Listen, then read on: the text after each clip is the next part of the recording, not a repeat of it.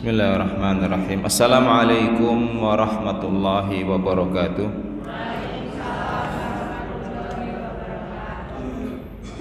Innal hamdalillah nahmaduhu wa nasta'inuhu wa nastaghfiruhu wa na'udzu billahi min shururi anfusina wa min sayyiati a'malina may yahdihillahu fala mudilla lahu wa may yudlil fala hadiyalah. Ashhadu annahu la ilaha illallah wahdah wa anna Muhammadan abduhu wa rasuluh.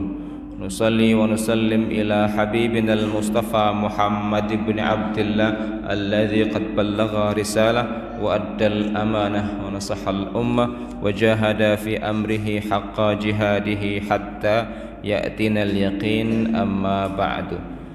Syukur senantiasa kita panjatkan kepada Allah Subhanahu wa ta'ala atas segala nikmat karunia, rahmat, inayah yang telah diberikan kepada kita semua, sehingga pada pagi hari ini setelah melaksanakan sholat duha, setelah melaksanakan sholat fajar dan subuh, kita dapat berkumpul untuk kembali melanjutkan kajian rutin kita fikih muamalah, yang insya Allah pada kesempatan yang berbahagia ini adalah tentang jual beli ma fihi mamlukan litta'aqud.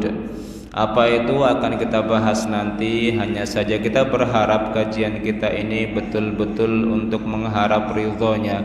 Ridho dalam artian kita mengamalkan atas apa yang telah kita pelajari. Ridho dalam artian kita niatkan kedatangan kita ini untuk mengkaji dan belajar, karena belajar adalah kewajiban dan kewajiban ada di sana pahala yang Allah siapkan. Salawat dan salam selalu kita aturkan kepada baginda Nabi Muhammad sallallahu alaihi wasallam beserta keluarga, sahabat dan pengikut beliau sampai akhir zaman. Taib. Kita masih membahas tentang syarat-syarat jual beli, yang kemudian kalau kita kembali ke belakang ada yang pertama taharatul ain, atau bersihnya, sucinya barang yang dijual belikan, kemudian intifa'u bihi atau dapat dimanfaatkan, kemudian yang ketiga milkiyah al-aqid lahu. Yang ketiga inilah yang akan kita bahas pada kesempatan pagi hari ini. Apa artinya milkiyah al-aqid lahu? Barang yang diperjualbelikan itu adalah hak milik orang yang menjual. Ya tentu menjual bukan miliknya sama dengan mencuri, tidak boleh begitu Nji. Tapi itu kan teori dan syarat dasarnya. Tentu ada penjelasan detailnya seperti apa yang dimaksud bahwasanya barang yang dijual itu harus milkiyah, hak milik orang yang menjual. Ada permasalahan-permasalahan yang masuk dalam detail pembahasan bab yang ini. Kemudian juga syarat selanjutnya kalau memang dapat kita lanjutkan dua syarat sekaligus, maka syarat selanjutnya adalah ayakuna ma'qud alaihi maqduron ala taslim, barang yang diperjualbelikan itu dapat diserahkan. Jadi kalau waktunya cukup kita membahas dua syarat sekaligus. Kan beberapa syarat sudah kita bahas nih. Satu pertemuan satu syarat. Ini yang sekarang mudah-mudahan dua syarat, karena syarat kepemilikan sangat pendek, tidak banyak. Yang panjang itu adalah mampu diserahkan. Jadi napa mawon syaratnya Bu Bapak hari ini? Yang pertama kepemilikan. Kalau mau menjual harus miliknya, punya tangganya jangan dijual. Jangan. Kemudian mampu dan barangnya ada begitu ya. Maqdurun ala taslim itu mampu diserahkan. Yang tidak mampu diserahkan tidak bisa diperjualbelikan. Kata-kata tidak mampu diserahkan itu nanti ada penjelasan lebih detailnya lagi. Kita lihat nanti seberapa waktu yang kita miliki. Yang pertama nih ya, milkiyan lil ta'aqud atau menjadi hak milik. Kalau mau menjual harus hak milik.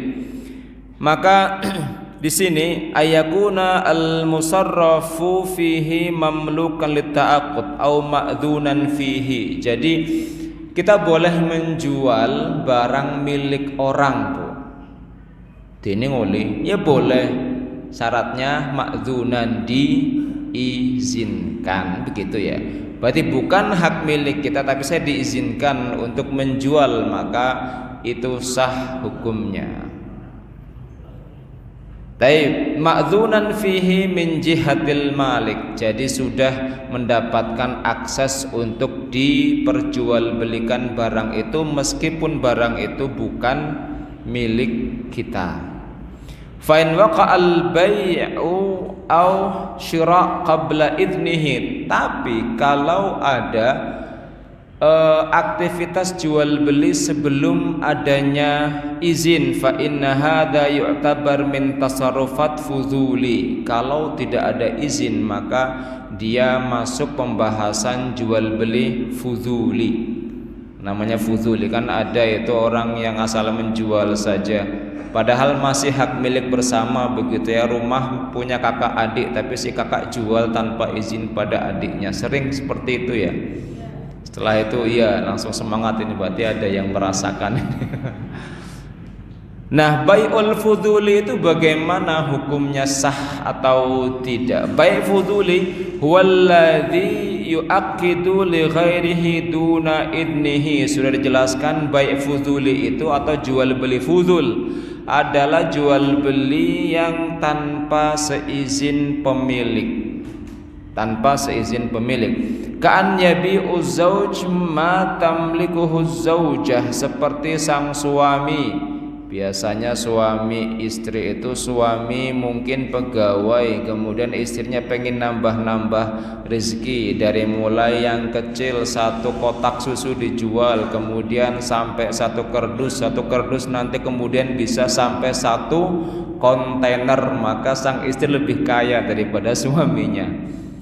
Kemudian sang suami ini tidak memiliki akses sebetulnya atas harta milik sang istri karena sang istri belum mengizinkan.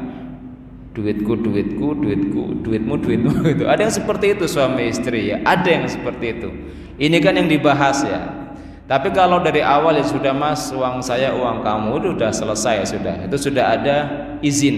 Yang kita bicarakan jika tidak ada izin dari sang istri. Istrinya ini mungkin gara-gara sang suami istrinya 2 buka cabang tempat lain, dia kemudian usaha, maka dia menjadi kaya, tidak pernah memberikan izin dan akses kepada suaminya, balas dendam dia. Mungkin, sangat mungkin. Ya kan dia uang dia sendiri begitu ya, maka dia berhak atas uangnya. Tapi kalau seandainya sang suami diberi akses, itu pun pahalanya akan terbuka lebar begitu ya. Tapi yang kita bicarakan adalah yang memang sang istri tidak memberikan akses kepada suaminya. Au yashtari laha malakan duna idni laha bisyira'i wa mithli an yabi al insan malakan li ghairihi wa huwa ghaibun. Itu satu kondisi contohnya begitu. Ini namanya bai' fuduli, atau juga membelikan sesuatu ketika pemiliknya tidak ada sedangkan uangnya ada di dia. 2 sahabat, 2 teman, temannya pulang sedangkan uang semua dititipkan. Redaksinya hanya menitipkan uang, bukan untuk membelikan. Kemudian dengan niat yang tulus dia belikan sesuatu dengan uang itu tanpa seizin pemilik yang asli. Itu semuanya bai' fuduli. Wa aqdul fuduli ya'tabaru aqdan sahihan. Meskipun bai' fuduli ini bicara akadnya, itu akadnya sah. Akadnya sah.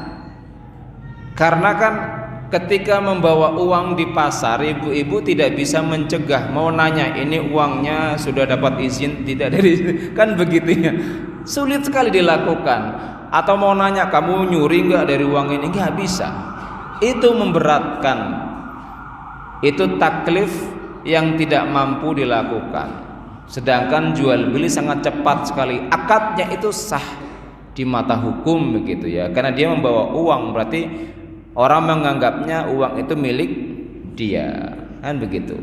Jadi terutama pedagang-pedagang ini di pasar, ya sudah bismillah saja, akadnya secara hukum sahih. Illa anna luzumihi yatawaqqafu ala ijazatil malik, akan tetapi pemindahan hak itu nantinya akan bergantung dengan kepemilikan orang yang asli, awwaliyahu atau walinya.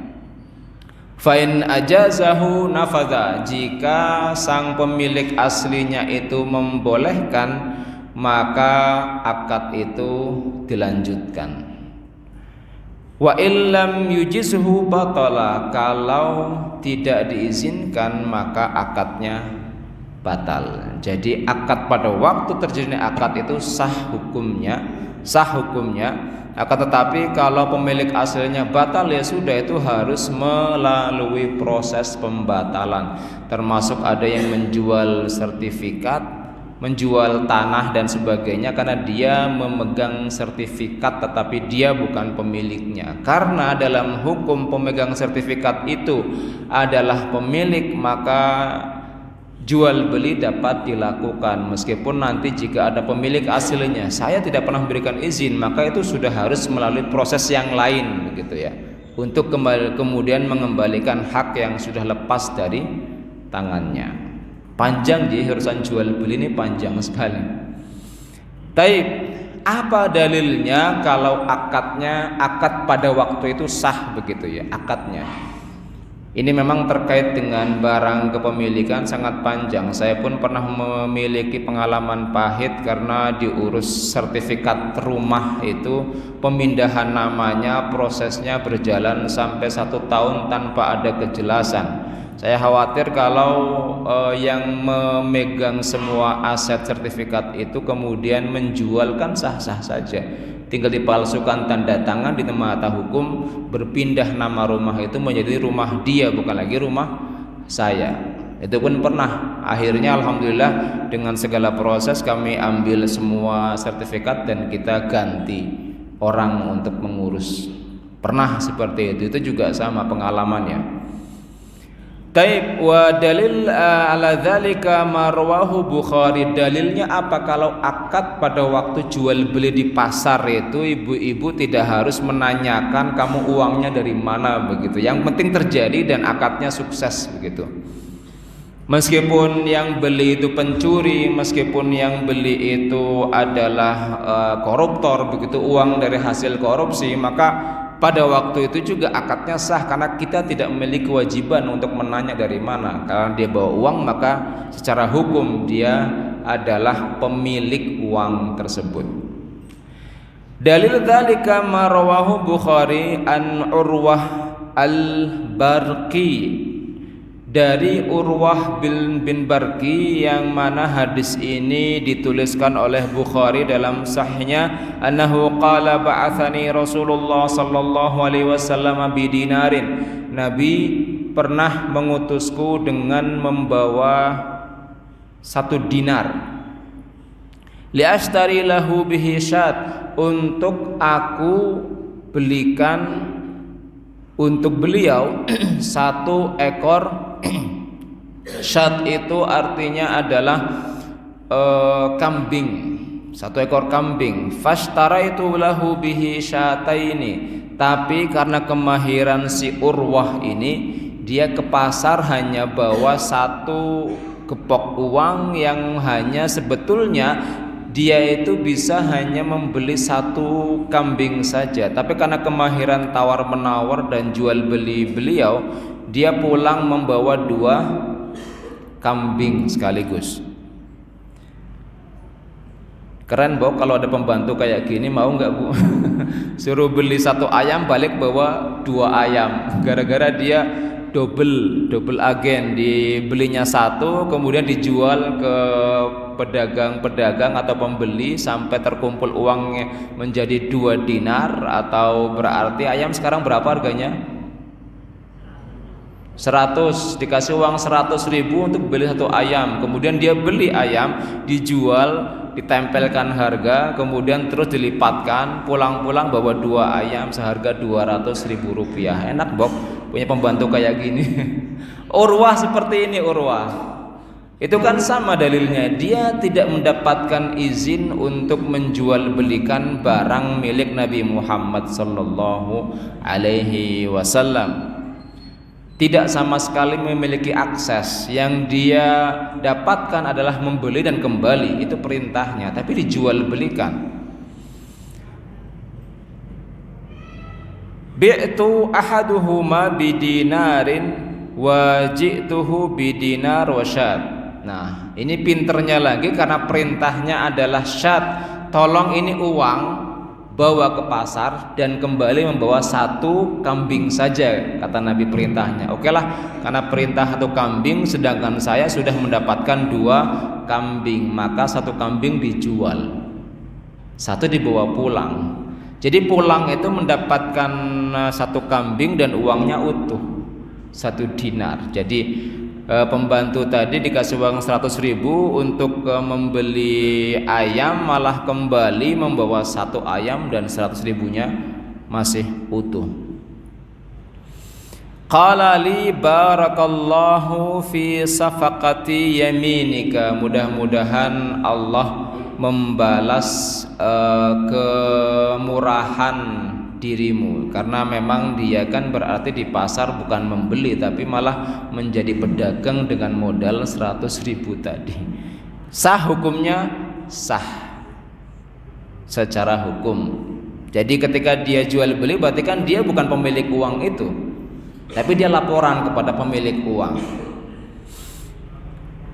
Hadis yang pertama tadi. Kemudian hadis yang kedua, ruya Abu Dawud wa Tirmidzi an Hakim bin Hazim anna Nabi sallallahu alaihi wasallam ba'athahu liyashtariya lahu adhiyah bidinar. Ini sama, tapi yang diutus orang lain yaitu Ibnu Hazam, Hakim bin Hazam. Dia itu diutus untuk membelikan 1 binatang untuk dikurbankan, udhiyah. Berarti uangnya lebih dari 100, mungkin 5 juta, 3 juta untuk membelikan binatang kurban. Fashtari udhiyata wa urbiha fiha dinaran faba'ahuma bidinaraini thumma ashtara syat ukhra makanaha bidinarin. Ini sama dengan apa yang dilakukan oleh sahabat Urwah tadi. Dibelinya 1, kemudian dijual, diputar uangnya sampai mendapatkan 2, kemudian dijual lagi dua-duanya begitu sampai mendapatkan untung.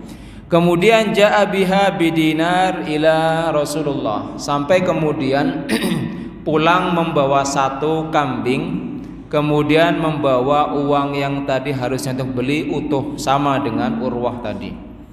Kemudian Nabi Muhammad mengatakan barakallahu laka fi safatika, sama dengan apa yang dikatakan terhadap sahabat Urwah tadi.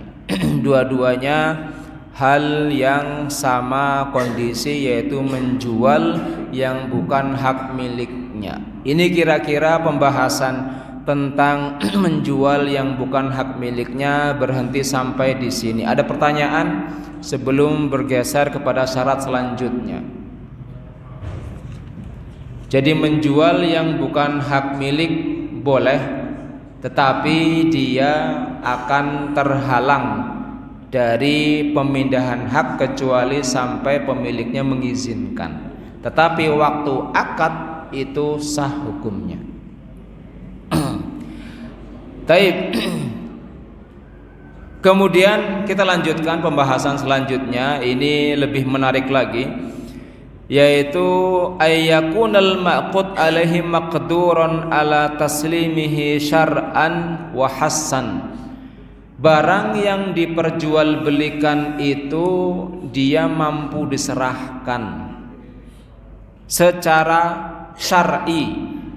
Diserahkan secara syar'i itu berarti kebalikan daripada diserahkan secara hasan. Hasan itu diserahkan bisa dipegang. Kan ada serah terima yang tidak bisa dipegang, alias dia serah terima tapi hanya maknawi saja, barangnya tidak ada. Apa contohnya? jual beli hutang itu ada nggak? Wonten nggih, saya punya hutang makan di sana 2 piring, kamu pernah makan di warung saya 2 piring juga kan, kamu bayar ke sana aja lah. Namanya jual beli hutang gitu. Itu bagaimana? Itu kan sama.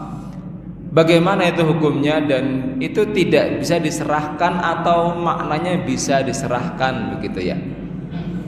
Jual beli hutang atau beli mobil tapi harus melanjutkan kreditnya, itu kan jual beli hutang juga, sama itu jual beli hutang ya. Ini pembahasan sangat panjang ini kalau masalah hutang ini. Atau arisan, ada yang sering ibu-ibu arisan ini, mbok itu akadnya hutang. Kan hutang akadnya itu. Ada yang belum membayar arisan di 3 bulan yang lalu numpuk gitu. Itu akadnya hutang, jual beli hutang juga itu. Ya, akadnya hutang. Wa qad ruwiya Ahmad an Ibni Mas'udin radhiyallahu anhu qala la tashtaris samaka fil ma. Ini intinya adalah jual beli yang tidak bisa diserahkan begitu ya. Hutang kira-kira bisa diserahkan atau tidak begitu. Dia masuk nanti dalam pembahasan ini.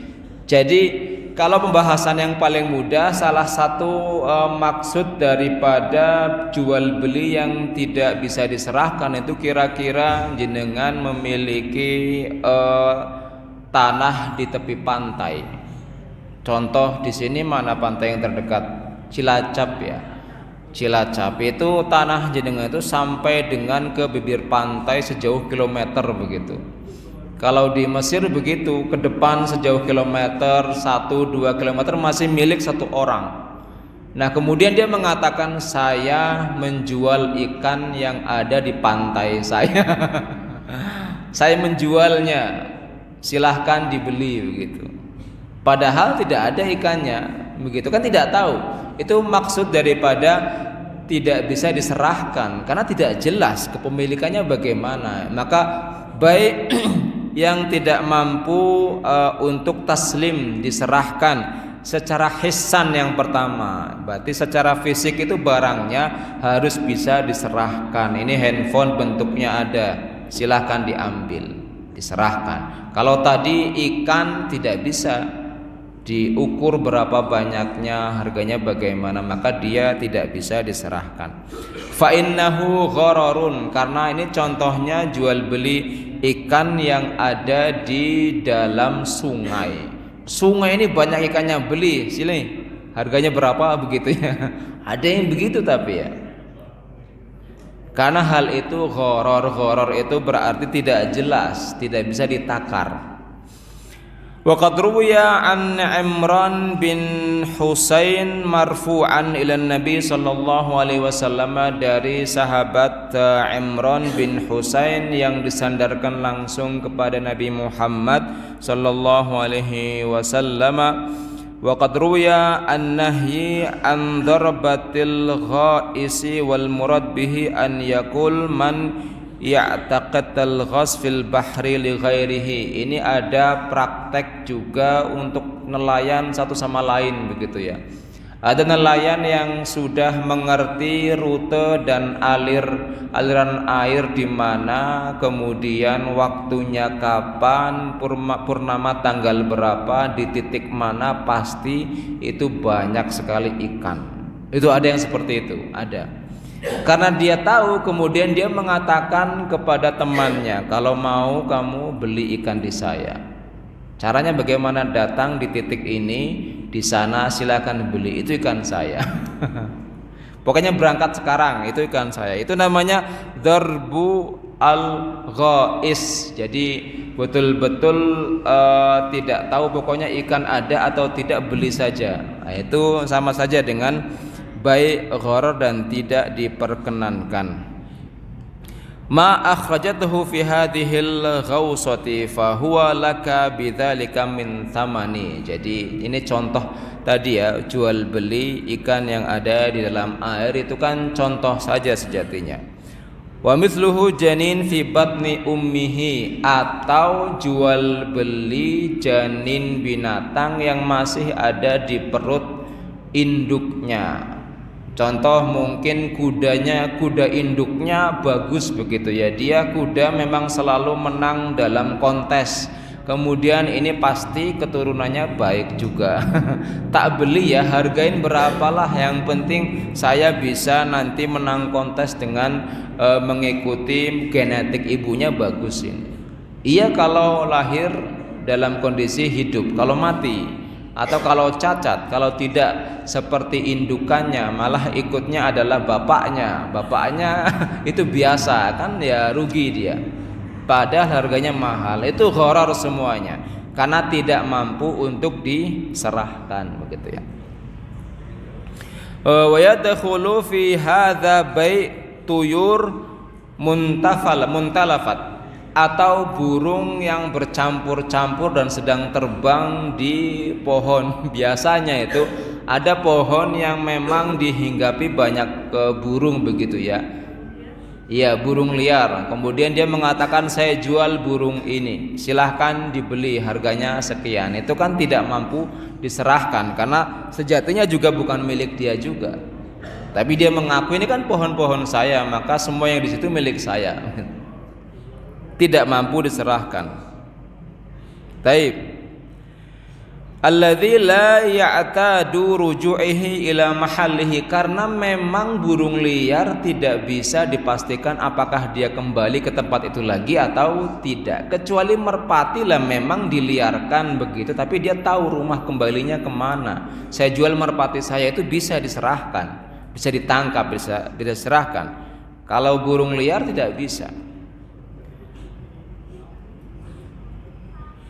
I'tata ruju'ihi ila mahallihi walaula lailan lam yasih aidan inda aktsar ulama. Ini pun sama, semua jenis burung liar yang dijual belikan maka tidak bisa, kecuali memang ditangkap dulu kemudian dikurung dan dijual.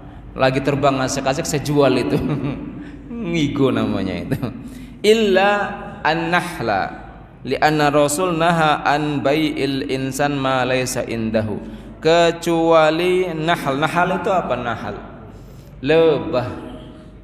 lebah itu kan liar, tapi kalau kita pegang ratunya satu peleton bisa kita jual kan begitu. Ilan nahal, kecuali lebah tadi. Lebah kalau ratunya dipegang maka satu peleton bisa dijual, dan ratunya saja kita pegang itu bisa, kecuali hanya di lebah saja. Lianna Rasul naha an bayil insan ma laysa indahu, karena Rasul melarang manusia untuk menjual belikan yang memang tidak bisa dipegang. Taib. Wa yadkhulu fi hadzal bab asbu fahlin.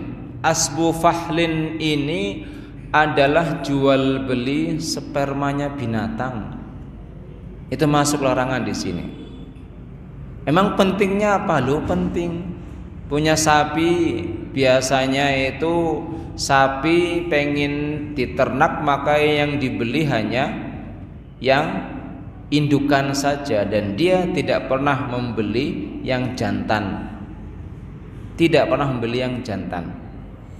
Maka ini kan fahl ini maksudnya adalah dzakaru min kulli hayawan farsan au jamalan wa qad naha an dzalika Rasul kama ruwiya Bukhari wa ghairuhu li'annahu ghairu mutaqawwim wala ma'lum wala maqdur ala taslimihi. Jadi ada tidak jasa penghamilan binatang itu?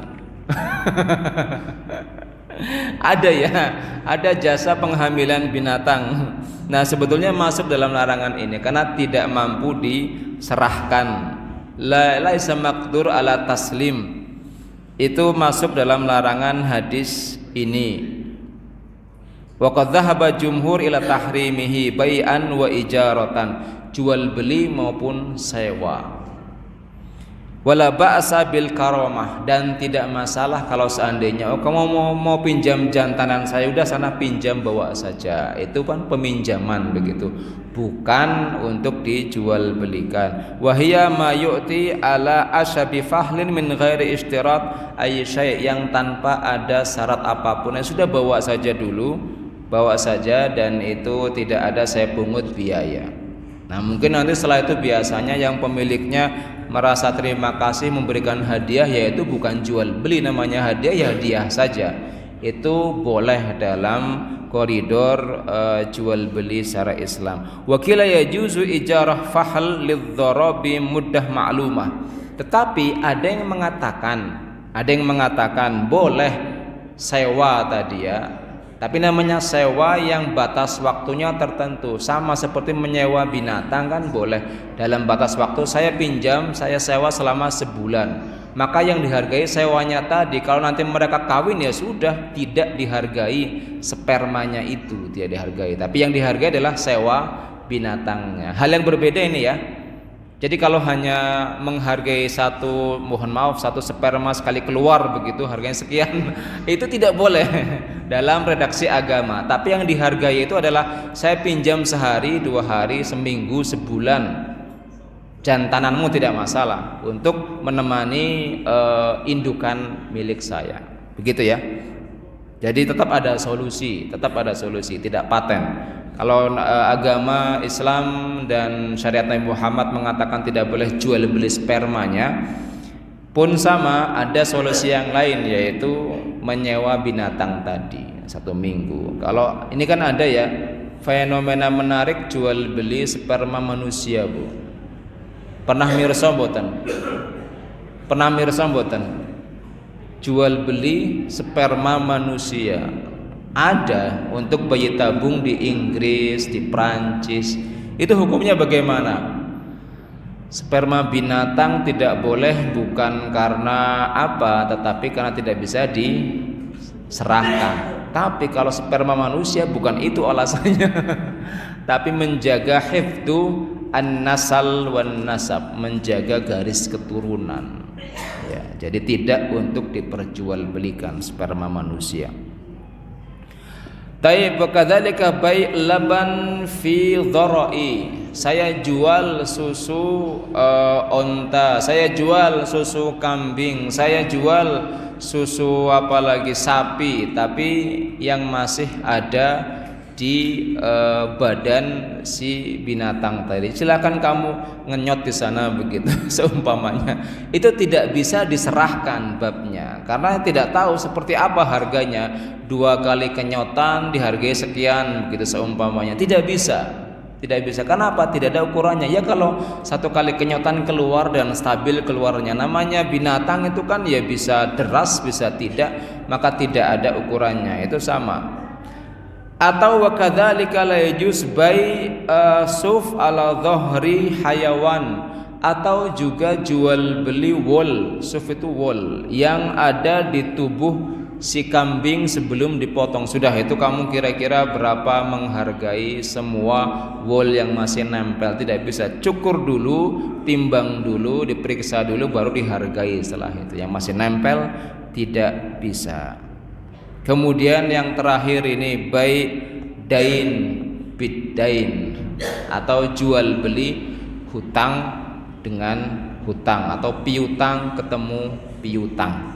Nah, di sini dhahaba jumhur fuqaha ila jawazi bai' dain mimman alaihi dain. Jadi kalau saya punya hutang kemudian dia juga punya hutang, barter hutang begitu ya. Atau dia pernah menghutang ke saya, kemudian saya menghutang ke orang lain. Saya mengatakan saya hutang ke dia sama persis dengan kamu menghutang ke saya, maka silahkan kamu bayar ke dia. Kalau kamu bayar ke dia maka selesai di saya. Begitu ya, ini namanya jual beli hutang gitu ya. Itu contoh kasusnya. Tapi begini, sebetulnya Syafi'i rahimahullah pernah mengatakan dalam kitab al-muslimuna yanhauna an bai'id daini bid-daini. Seorang muslim itu tidak boleh jual beli hutang pada dasarnya. Tapi kemudian seiring berjalannya waktu, ini kan praktek jual beli kemudian berkembang. Maka kemudian ada beberapa hal yang memang harus kita klasifikasikan antara barang dan yang dihargai. Anggaplah ini barang, kemudian harganya apa begitu ya, entah uang, entah apa. Karena praktek dahulu kala jual beli itu hanya terkait dengan barter begitu ya. Kalau dulu kan semuanya barter. Nah praktek itu pun sama, tukar menukar, tapi ada harganya berupa uang begitu ya. Maka antara harga dan yang dihargai itu setidaknya ada 3 hal. Yang pertama adalah barangnya betul-betul ada. Yang kedua adalah barangnya belum ada tapi ada sifat-sifatnya atau ciri-cirinya, klasifikasinya ada. Contoh apa? Jenengan datang ke tukang kemudian minta dibuatkan meja, minta dibuatkan almari, itu kan belum bisa diserahkan, betul ya, tidak ada juga barangnya. Itu jual beli seperti itu bagaimana? Sedangkan sudah dibayar lunas. Pernah begitu? Sering begitu ya, mumpung duitnya akeh tak bayar, tapi tolong dijadikan ya, kan begitu. Berarti belum ada serah terima kan, tapi uang sudah masuk semua. Giliran uang sudah terima malah dia tidak dibuat-buat dan kabur begitu. Ada yang begitu. Maka akad yang pertama itu sah akadnya, tetapi geser menjadi akad hutang. Akad hutang. Kemudian si tadi orang mebel tadi mengatakan kepada temannya, saya itu mau buat harusnya saya membayar dia itu berupa kursi ya, sofa begitu. Tapi saya tidak bisa. Saya ngutang ke kamu lah, nanti saya bayar ke kamu. Kamu kan teman saya, kamu juga buat sofa juga, tolong buatkan untuk dia, urusan dengan kamu adalah nanti saya. Namanya kan barter hutang begitu ya, barter hutang itu atau jual beli hutang.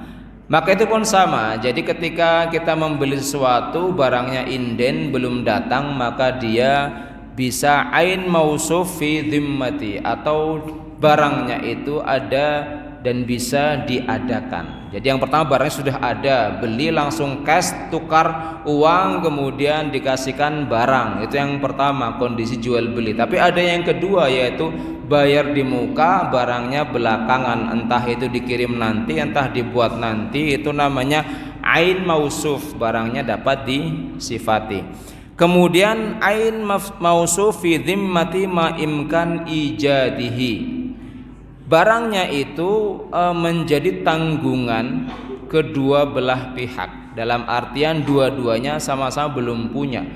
Yang mesan belum ada uangnya, kemudian yang dipesan juga barangnya belum ada tapi sudah ada perjanjian. Itu sering begitu. Itu kan praktek jual beli begitu ya, kurang dan lebih seperti itu.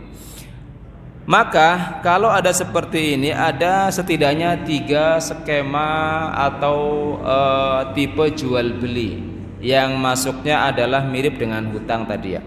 Yang pertama adalah barang sudah diterima, kemudian uangnya masih dalam pengadaan, atau sebaliknya, barang sudah diterima tapi uangnya nyusul, atau uang sudah diterima tapi barangnya nyusul. Begitu ya.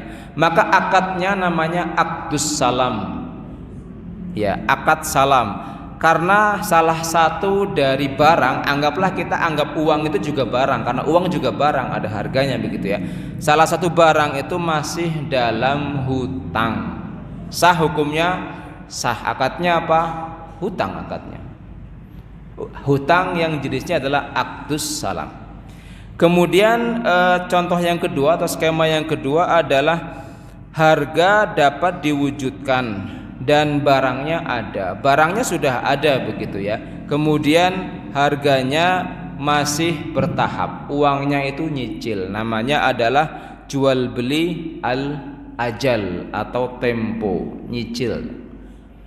Kemudian yang terakhir, harga diketahui dalam bentuk hutang, kemudian barang juga diketahui dalam bentuk hutang. dua-duanya berarti sudah tidak ada dua-duanya. Si pembeli uangnya masih ngawang, yang penjual juga barangnya masih ngawang begitu ya. Nah, jika seperti ini maka baik ma fihi dhimmah bima fihi dhimmah, atau jual beli yang saling punya tanggungan satu sama lain, itu ada syaratnya. Jadi seiring berjalannya waktu maka ulama pun memberikan syarat kalau mau hiwalah atau mentransfer hutang. Dulu kalau ada kiriman paling senang kiriman uang begitu ya. Ini ada kiriman hutang, saya ada hutang, tolong dilanjutkan hutang saya.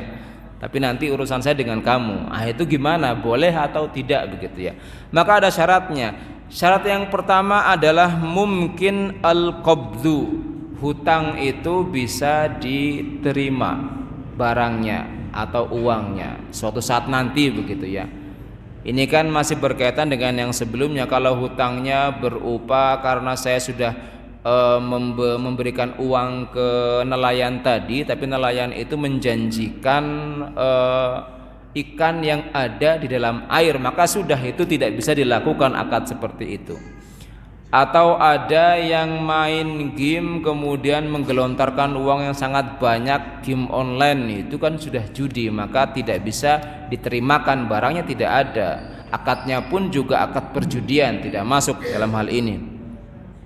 Kemudian syarat yang kedua mausuf fi dhimmati, atau barangnya itu bisa disifati seperti apa, kemudian bentuknya bagaimana, nanti yang akan datang seperti apa. Saya membelinya kamera generasi keempat, kemudian megapikselnya berapa, itu harus jelas gitu ya. Mausuf intinya sudah jelas sifat-sifatnya yang akan diterima seperti apa, kita sudah tahu.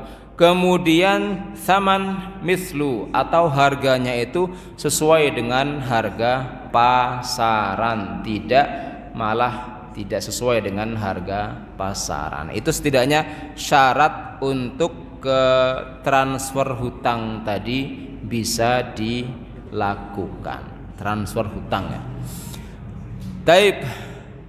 Ini faqad dhahaba Ahnaf wal Hanabilah wal Zahiriyah ila adami sihhatihi li anna al-ba'i la yaqdiru ala taslim walau syartut taslim ala mudayyin fa innahu la yasihhu aidan. Intinya kalau mau transfer hutang itu hanya satu kondisinya, yaitu yang mau saya transferkan itu ada ikatan begitu ya. Tadi ya, dia menghutang ke saya, kemudian saya menghutang ke orang lain, maka saya akan mentransfer hutang saya ke dia untuk membayarkan ke orang lain. Itu syarat yang paling utama.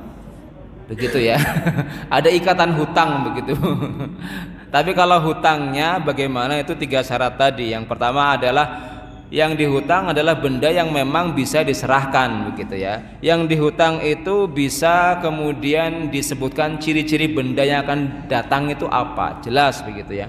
Kemudian harga barang hutangnya itu sesuai dengan harga pasaran, tidak melambung tinggi di angkasa begitu. Jadi total ada 3 syarat untuk barang, kemudian 1 syarat untuk orang yang menghutang, itu memang ada hubungannya adalah saling menghutang satu sama lain begitu. Jadi ada hubungannya. Nah, ini adalah beberapa hal terkait dengan 2 hal yang besar tadi. Ada pertanyaan? 1, monggo.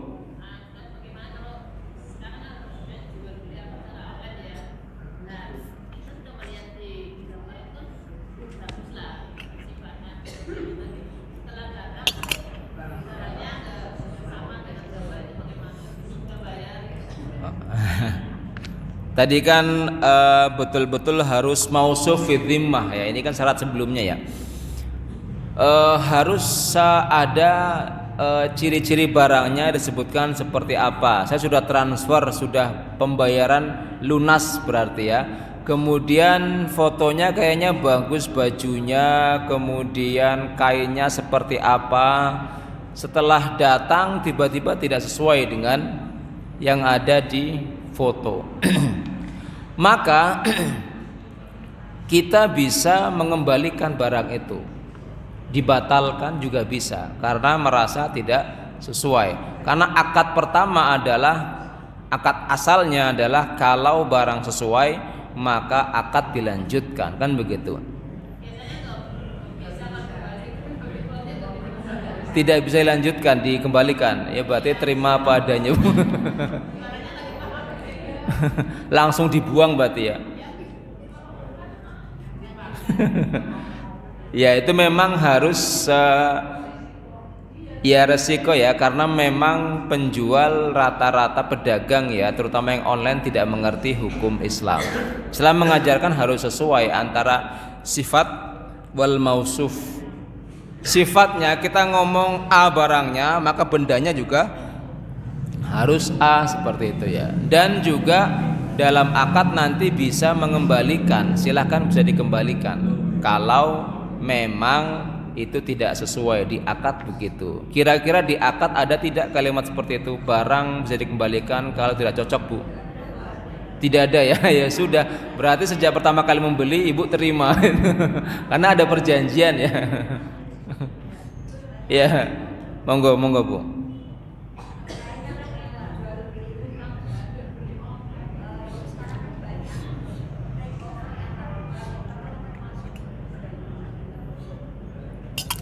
Take over gambarnya bagaimana? Kredit macet antar bank, berarti kayak pindah buku begitu ya.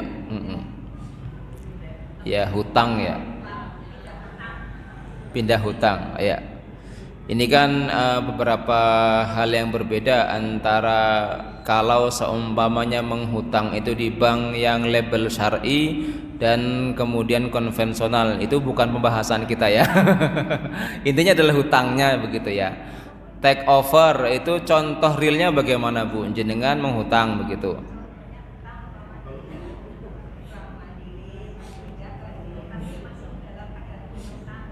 Berarti dari Mandiri dipindah ke BNI begitu ya.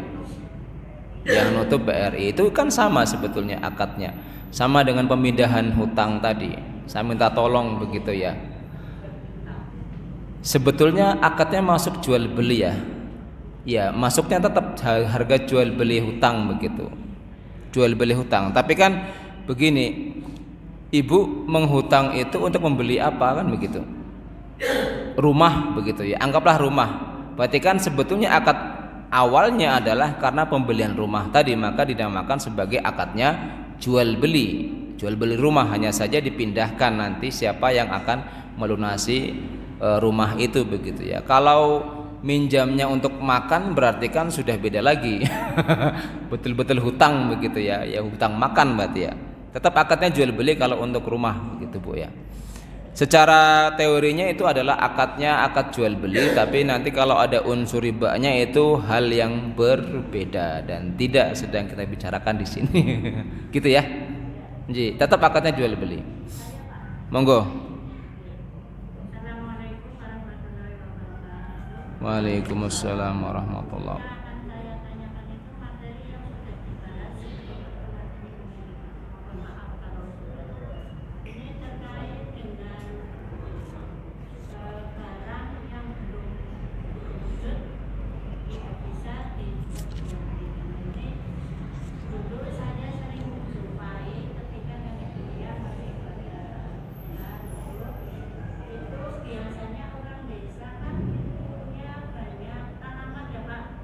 Nggih.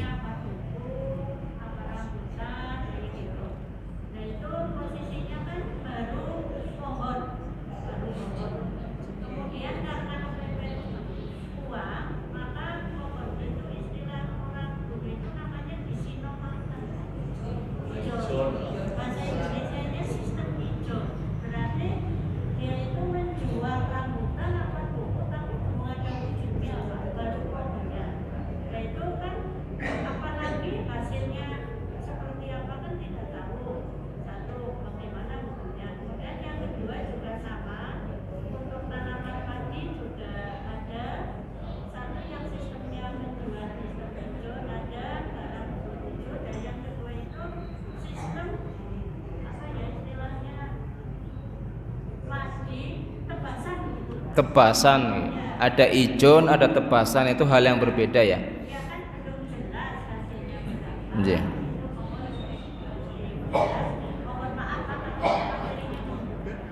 Masih ingat boten ibu-ibu, bapak-bapak, ini ijon hukumnya nopo? Haram. Saestu. Kalau tebas bingung selali. Ijon itu berarti menjual buah yang belum matang. Itu tidak boleh.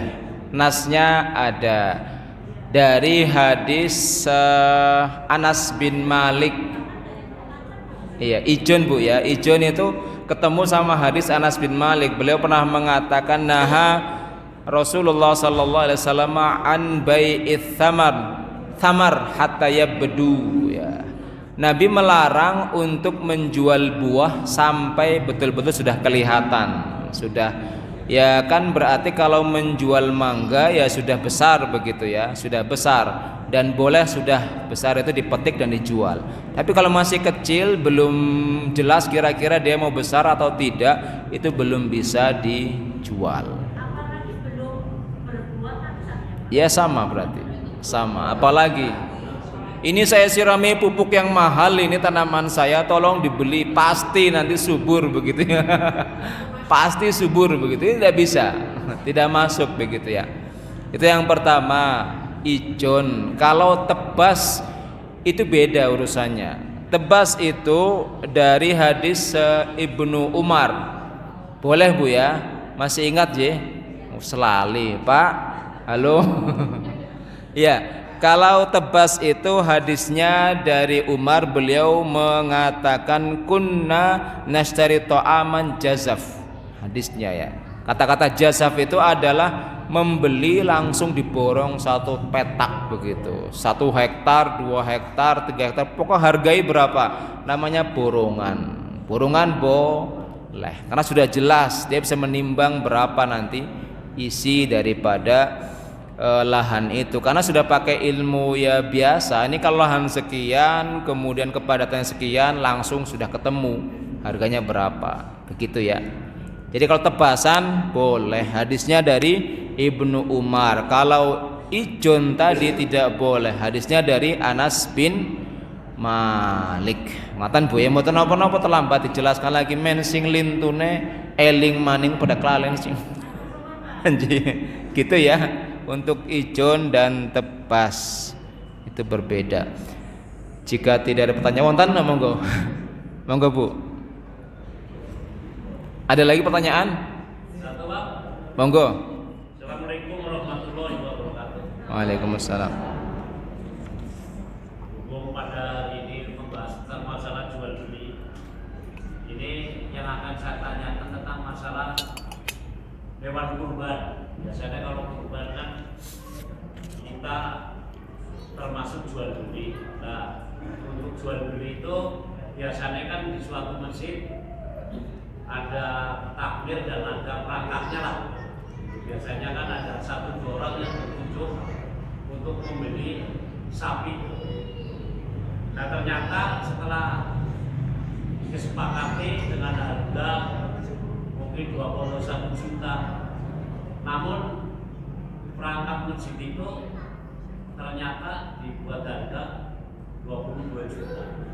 Nempel harga ya. Nah itu hukumnya bagaimana jual belinya dan bagaimana hukumnya yang perangkat itu membeli menaikkan harga secara diam. Terima kasih. Wassalamualaikum warahmatullahi wabarakatuh. Waalaikumsalam warahmatullahi wabarakatuh. Ini nyambung dengan pembahasan kita. Tadi nyambungnya dari teori apa? Tidak boleh menjual belikan kecuali milik sendiri. Nggih. Nah, tadi kira-kira takmir itu kan ini kasus ya. Mudah-mudahan bukan di sini begitu Pak ya. Di sana ya. Nun jauh di sana. Takmir dipasrahi uang oleh 7 orang untuk membeli sapi begitu ya. Berarti pemiliknya adalah 7 orang itu kan. Kemudian dia mencari sapi, ketemu harganya 21. Kemudian dia mengatakan saya jual, ini harganya 21 2, bukan saya jual. Ini harganya 22, bagaimana, setuju nggak gitu? Ya setuju, nggak tahu sih. Tapi kira-kira, mohon maaf, takmir tadi penjual atau pembeli? Takmir penjual atau pembeli? Pembeli menjual. Nggak ada. Harus ada 2, bukan ada di tengahan begitu masalahnya. Dalam Islam itu hanya 2, penjual dan pembeli. Leres ya? Kan begitu. Yang di tengah-tengah namanya calo. Calo itu nggak ada teori dalam Islam. Leres ya? Dia kan calo berarti. Saya tanya, jadi kan sudah belajar banyak itu. Kita pernah membahas calo nggak di sini? Nggak ada, emang nggak ada. Hanya penjual dan pembeli itu saja. Jadi dia harus memposisikan diri sebagai pembantu pembeli. Dia katakan apa adanya, 21. Dah selesai. Jangan sampai calo itu dia 2 hal. Yang pertama, dia menjadi agen pembeli dan agen penjual. Dia dapat uang dari penjual 1 juta, pembeli 1 juta. Sebagai apa dia? Penjual, pembeli? Nggak ada. Begitu. Islam tidak ada teorinya seperti itu. Nggak bisa. Terus bagaimana untung tadi orang yang takmir yang mencarikan? Harus mengertilah. Orang yang 7 orang itu mengerti. Nanti setelah selesai kita kasih kamu berapa. Kan begitu. Itu baru namanya upah. Jasa namanya, jasa. Itu beda lagi urusannya. Dia penjual jasa. Ngerti lagi Pak? Jadi ya statusnya nggak jelas dia begitu. Paham insyaallah J? Jadi kalau ada calo, maka calo harus jelas dia sebagai apa? Penjual jasa. Jangan nempel harga di 2 sisi. Itu rumusan dalam Islam tidak ada rumusannya. Terus dia harus menjual jasa, itu hal yang berbeda. Saya rasa itu insya Allah, karena saya ada jam di tempat lain. Mohon maaf saya putus. Kita bertemu insya Allah bulan depan insya Allah wa bi'idznillah. Wassalamualaikum warahmatullahi wabarakatuh.